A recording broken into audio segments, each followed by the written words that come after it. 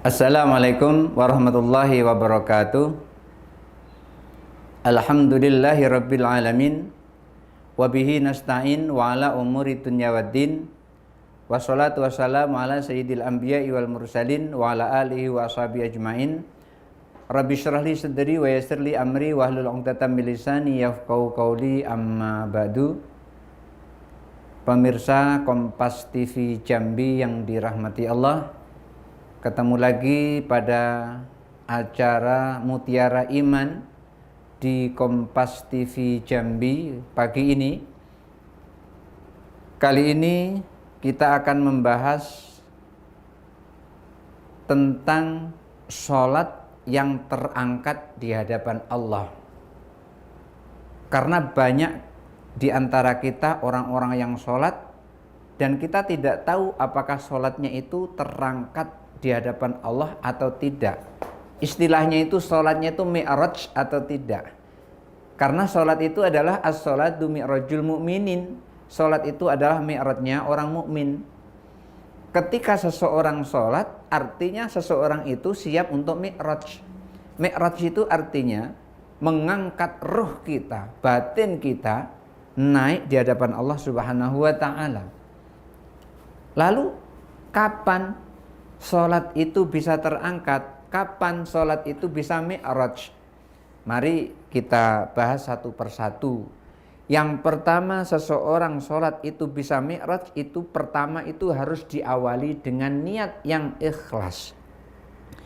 Niat yang ikhlas itu akan mengantarkan salah satu di antaranya adalah sholat itu diterima oleh Allah. Tetapi sayangnya ketika orang itu ikhlas, itu ada pengganggunya ikhlas itu. Ada yang mengganggu. Apa yang mengganggu itu? Riya yang mengganggu.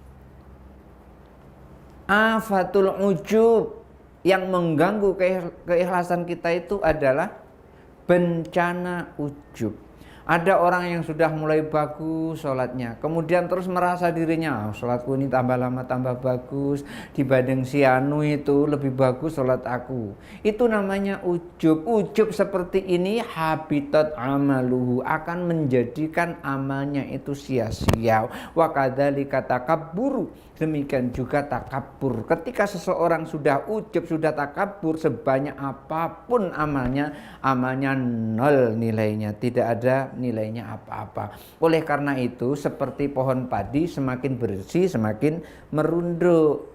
Semakin banyak ibadahnya, semakin merasa kurang ibadahnya. Orang yang seperti itu, dia tidak pernah memamerkan kepada orang, tidak pernah menonjolkan kepada orang ibadahnya.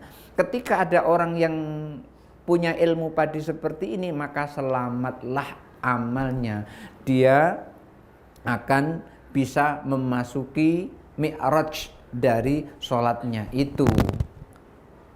Memang agak sulit kita untuk menyelamatkan diri dari namanya riya itu. Lalu apa sih riya itu? Al-Fudail bin Iyad menjelaskan kepada kita melalui Imam Nawawi yang mengutip pendapat beliau, tarkul amali li ajlin nasi riyaun wal amalu li ajlin nasi syirkun. Ternyata riya itu adalah tidak jadi beramal karena manusia. Umpamanya begini, ini di masjid rame nih orang nih, nggak jadi aku mau sholat tahiyatul masjid rame nih orang, nanti orang ngatoin aku pula sok-sok alim. Tidak jadinya sholat karena orang, itulah yang disebut dengan riya. Atau justru malah sebaliknya, wah ini mumpung orang rame nih, biar orang melihat aku semua, kalau aku ini rajin ibadah, kalau aku ini alim.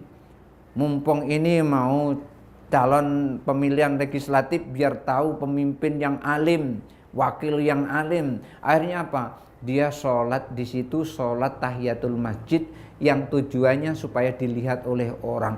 Yang seperti ini namanya syirkun, syirik. Yang dimaksud syirik ini adalah asyirkul asghar, syirik kecil. Maka syirik kecil yang seperti ini sama dengan riya itu tadi. Maka Al-Fudail bin Iyad menyampaikan, apa itu ikhlas? Ayyu'afikallahu minhuma. Ketika kamu diselamatkan oleh Allah dari tidak jadi beramal karena manusia dan beramal karena manusia, maka orang yang seperti itu disebut dengan ikhlas. Maka ketika kita sholat tidak karena manusia, tidak jadi sholat tidak karena manusia, maka itulah namanya ikhlas, dan itu yang akan mi'raj sholat kita di hadapan Allah Subhanahu wa ta'ala. Pemirsa Kompas TV Jambi yang dirahmati Allah Subhanahu wa ta'ala, orang yang sholat diawali dengan ikhlas seperti ini, maka akan menyebabkan sholatnya mi'raj. Tapi tidak cukup dengan ini, tidak cukup hanya dengan ikhlas, maka sholat itu juga harus jujur. Kenapa? Banyak orang sholat tapi tidak jujur. Loh, kok bisa? Ya bisa. Karena begini, ada orang sholat badannya ini udah pakai kain teluk belangu seperti ini, udah pakai kain sarung, kemudian sholatnya sholat maghrib, Allahu Akbar. Sholat ini pas tadi pergi ke masjid baru beli sendal bagus.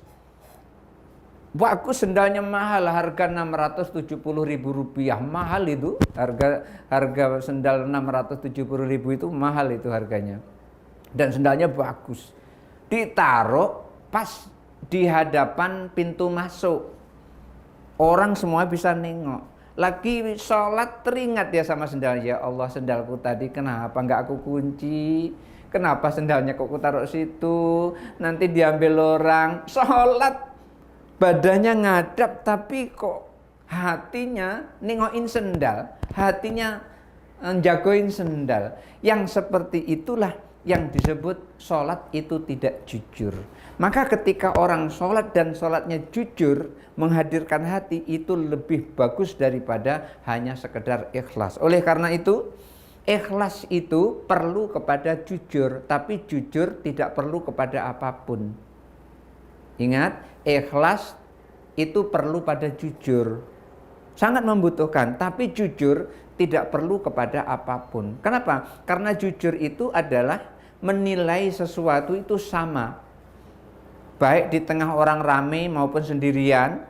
Ya kalau memang dikatakan bodoh, ya bodoh. Jangan di depan orang ramai pinter, di depan sendirian itu, oh itu bodoh orang itu. Nah, ini namanya nggak jujur. Jujur itu adalah ketika menilai seseorang baik di tengah ramai maupun sendirian itu sama. Maka ini biasa dilakukan oleh para calon-calon sarjana neliti ketika membuat skripsi. Itu ada wawancaranya pas ada orang ramai, wawancara pas sendirian, kemudian terus digabung. Mana ini di antara ini namanya triangulasi data. Ini kalau seorang yang sedang meneliti perlu mengadu data untuk diambil data yang valid. Nah, orang yang jujur itu antara batin dan lahir dan batinnya itu sama, itu orang jujur. Kalau batinnya mengatakan tidak, mulutnya mengatakan iya, itu namanya tidak jujur. Nanti datang ya, mulutnya bilang ya insya Allah nanti datang, tapi batinnya jangan harap nanti aku datang, mohon maaf aja, hatinya ngomong gitu, itu namanya tidak jujur. Maka sholat itu yang paling bagus adalah jujur. Kenapa? Di dalam jujur itu sudah ada ikhlas, karena sholat itu tujuannya adalah mentaati Allah dengan cara beribadah. Ita'atullahi bil ibadati, mentaati Allah dengan cara beribadah. Ya kalau mentaati Allah itu artinya menjalankan perintah Allah. Kalau menjalankan perintah Allah artinya yang dilakukan adalah lillahi ta'ala. Maka orang jujur di dalam sholat itu sudah pasti lillahi ta'ala. Akan tetapi ketika orang hanya ikhlas saja, ia sudah lillahi ta'ala, tapi batinnya itu masih kemana-mana. Oleh karena itu syarat sholat terangkat itu yang pertama, Al-Haris Al-Muhasibi menyampaikan yang pertama orang supaya sholatnya terangkat itu adalah khudurul qalbi. Saat sholat itu hatinya hadir. Jangan dibiarkan hatinya keliling masjid saat sholat. Apalagi bawa motor, ragu-ragu, udah dicabut belum kuncinya. Akhirnya lagi sholat hatinya nengoki kunci, ya Allah kuncinya belum dicabut dari motor. Yang seperti ini hatinya nggak hadir. Kalau ada hati yang tidak hadir, cepet tarik. Woi, lagi sholat nih, jangan kemana-mana. Langsung dimarahi hatinya itu. Jangan sampai hatinya lari kemana-mana. Jadi sholat supaya terangkat itu adalah hudurul qalbi. Yang kedua, syuhudul akli, akalnya sadar. Al-Haris Al-Muhasibi menyampaikan orang yang sholat itu akalnya harus sadar. Kalau tidak sadar akalnya, maka tidak boleh sholat. Oleh karena itu, sholat jangan sampai lupa rakaatnya. Kadang-kadang ada orang sholat sendirian, lupa rakaatnya. Dan Al-Quran juga melarang untuk orang yang tidak sadar untuk melakukan sholat. Wala taqrabus sholata wa antum sukara hatta ta'lamu ma taqulun. Jangan kamu dekati sholat sementara kamu dalam keadaan mabuk. Orang mabuk nggak boleh sholat. Tunggu dia sadar dari mabuknya tadi. Ini mabuk minuman. Kalau mabuk yang lain ya tetap ini mabuk minuman nih. Mabuk minuman nggak boleh sholat, nggak boleh mendekati sholat.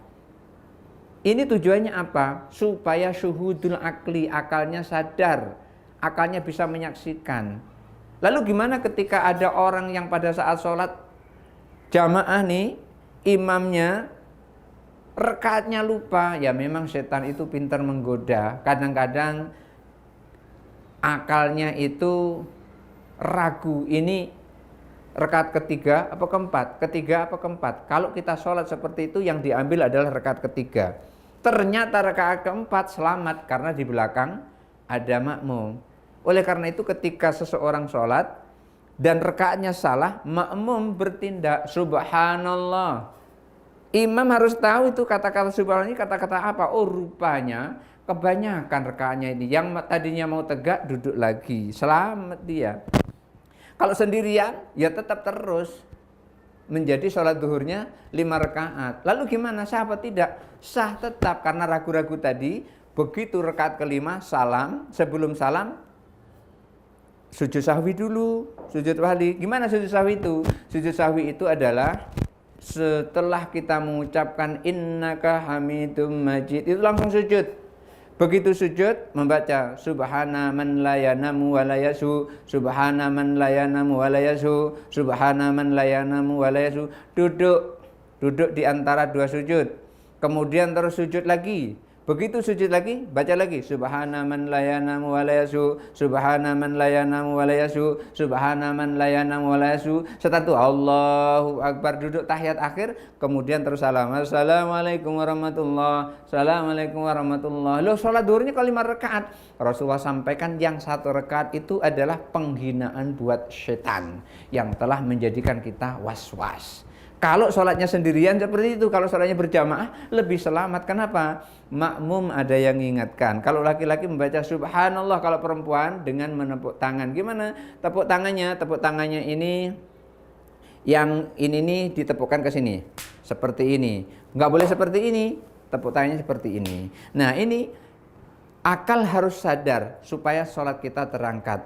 Kemudian yang ketiga, setelah syuhudul akli, khudu'ul arkani, harus ngikuti rukun-rukun sholat. Jangan sholat semaunya sendiri.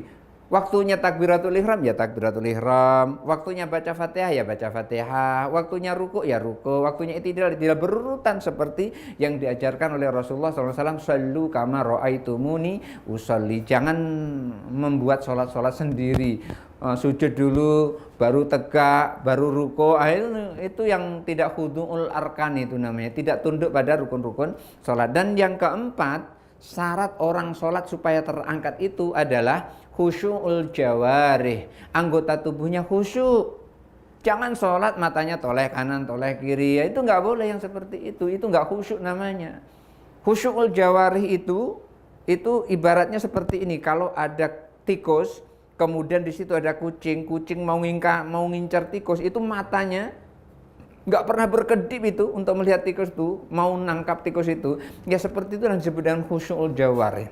Jadi anteng, konsentrasi penuh hatinya dihadapkan Allah Subhanahu wa ta'ala untuk menghantarkan hudurul qalbi dengan khusyu'ul jawarih. Nah, disinilah 4 tingkatan ini ketika ada pada diri seseorang yang sholat, 4 macam ini, khudurul qalbi, syuhudul akli, khudu'ul arkan, khusyu'ul jawarih, ini harus dihadirkan supaya sholat kita naik di hadapan Allah Subhanahu wa ta'ala. Mudah-mudahan Allah memudahkan kita di dalam beribadah dan ibadah kita bisa terangkat di hadapan Allah dengan mudah menghadirkan hati, mudah memampankan syuhudul akli, dan mudah kita melaksanakan khudu'ul arkan, dan juga mudah mengatur anggota tubuh kita supaya khusyu'ul jawarih.